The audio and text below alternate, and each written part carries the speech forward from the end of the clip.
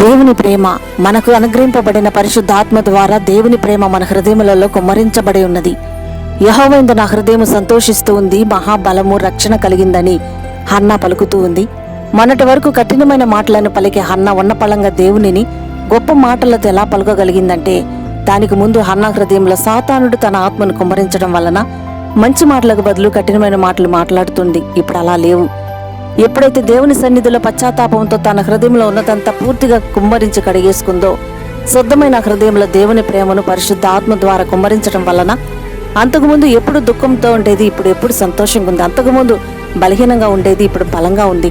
అంతకుముందు ఆమెకు రక్షణ లేదు, ఇప్పుడు రక్షణ కలగడం వలన దేవుని ప్రేమను బట్టి ప్రేమగా మాట్లాడుతుంది, ఓర్పుగా ఉంటుంది, నిరీక్షణ కలిగి సంతోషంగా జీవించడం నేర్చుకుంది. దేవుని ప్రేమ అటువంటిది.